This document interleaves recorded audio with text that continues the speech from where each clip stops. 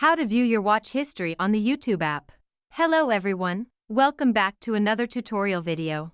In this video, I'll be showing you how to find and view your watch history on the YouTube app in this latest YouTube update, whether you're using it on Android or iOS. As you notice, recently YouTube has made some feature changes to the app. So to get started, open the YouTube app on home screen of your Android or iPhone devices. Next, tap on your YouTube profile icon at the bottom right of the screen.